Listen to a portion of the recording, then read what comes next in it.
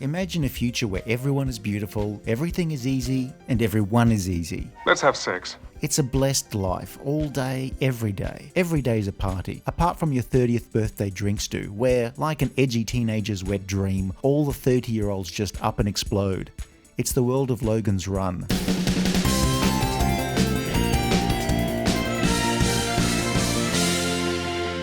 1976's Logan's Run was the last big-budget science fiction movie produced by the Hollywood studios before Star Wars changed everything. Logan's Run started off as a 1967 book of the same name by William F. Nolan and George Clayton Johnson, about a future where everyone died at 21. The path to making a movie version began almost immediately, but languished in development hell for several years. Development hell is like regular hell, but with more movie producers. Various creatives were involved until MGM settled on a looser adaptation of the book by David Zelig Goodman. British director Michael Anderson, whose filmography included The Dam Busters and Around the World in 80 Days, was eventually tapped to direct Logan's Run. Logan's Run is what we call high concept, meaning the film makes absolutely no sense at all without knowing the basic premise.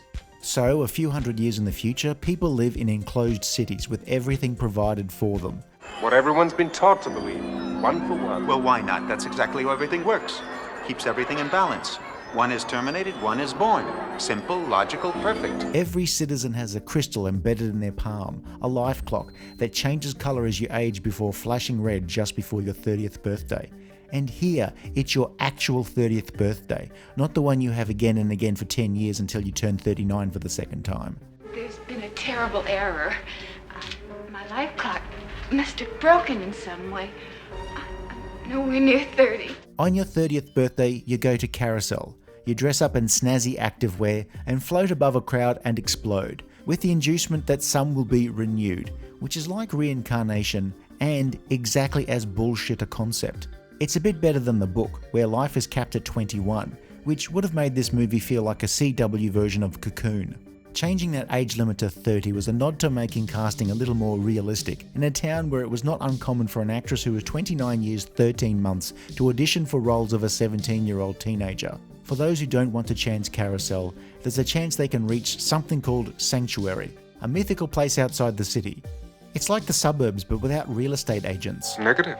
But for those who try to run, they first have to get past the Sandmen, the police force in this society. Like some of their present-day counterparts, they're rather arrogant and prone to abusing their authority, treating their targets almost like prey. Sandman, Logan 5, comes across evidence of a resistance movement and is tasked by the city's computer to go undercover and find Sanctuary.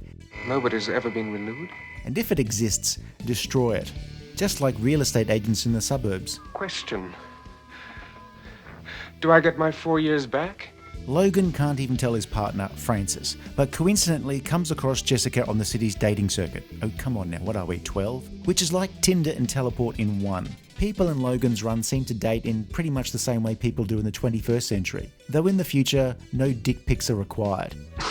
Well? Logan and Jessica keep bouncing back and forth between trust, mistrust and lust, before eventually making their way out of the dome and finding a destroyed city, no judgment. I've never seen a face like that before. That must be the look of being old. And coming across two things they've never seen before. Cats, and a crazy old man who has lots of cats. Those cracks in your face, do they hurt? Oh. Can I touch them? Oh my. Francis, who's followed them, ignores the evidence of his own eyes and is still obsessed with bringing his former best bud to justice. He shows up just because the film needs a fight scene in the second half. Logan, Jessica and the old man, who they call, behind his back, Old Dirty Bastard, return to the city where Logan literally blows the mind of the computer. Did you find Sanctuary? There is no sanctuary. Computers were things that few people understood in the 70s, so having them go nuts with things they can't relate to was a cop-out, but it was a common one for the fiction of the time. I mean, we've all ended up driving into a lake because our sat-nav got confused, or driven into a lake because we asked Alexa to play the live version of Lakeshore Drive, or driven into a lake when we drank 3 bottles of gin. The film ends with the city suddenly destroying itself and the young people being amazed and happy to see an old man. The one and only time this has ever happened in history. Your hair's white. Yeah. Well, it wasn't always that color. I got my color someplace here.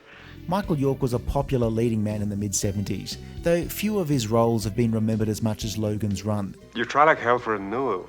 Otherwise, when this turns to black, that's it. He's slightly less of an arsehole than his mate Francis, who's always an arsehole, but Logan accepts that his society is based on a lie and makes a valiant attempt to tell people, but instead comes across like a crazy guy panhandling outside 7-Eleven. You don't have to die!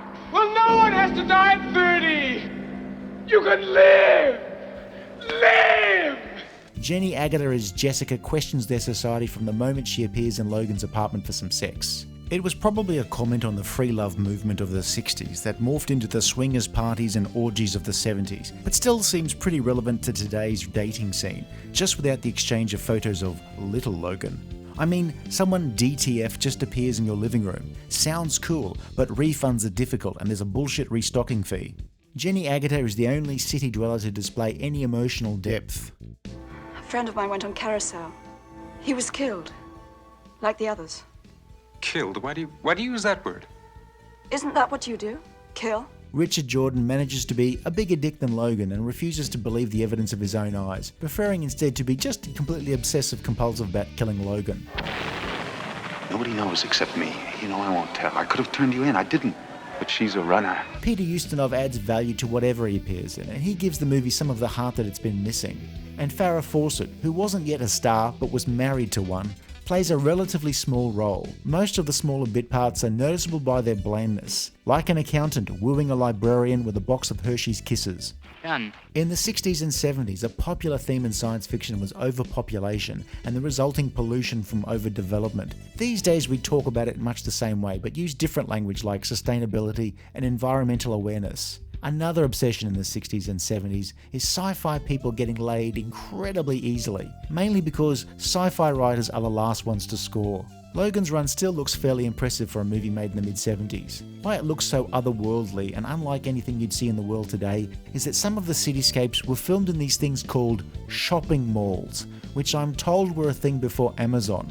Social scientists, archaeologists, and Stranger Things tell us malls were places where people congregated in large numbers to do absolutely nothing while wearing brightly coloured clothes. They were mainly places for young people to shop and socialise, much to the consternation of Paul Blart Mall Cop, whose descendants would become the first Sandmen. The cleaning staff even have a futuristic floating Segway. Overwhelming, am I not? The realisation of a decaying Washington DC is done quite well, an organic contrast to the sterile dome. Some of the model work depicting the city is less impressive, but adequate enough, like when you order Diet Coke and they say, sorry, we only have Pepsi Max.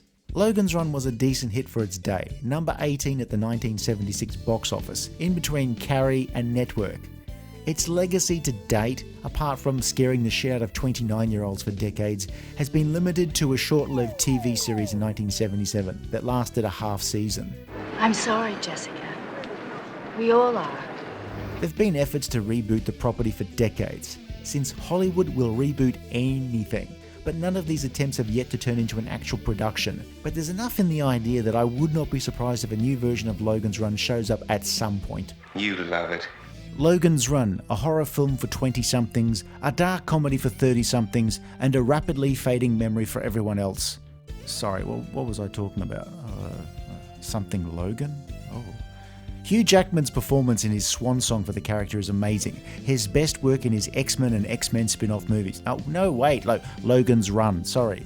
Logan's Run, a cool idea, a little old-fashioned in places, but still done relatively well. It's the sort of film with the phrase, they sure as hell don't make them like they used to anymore, is apt because they really don't. Look, you know what to do. If you enjoyed this video, please like and subscribe, leave a comment below, or check out some of our other videos.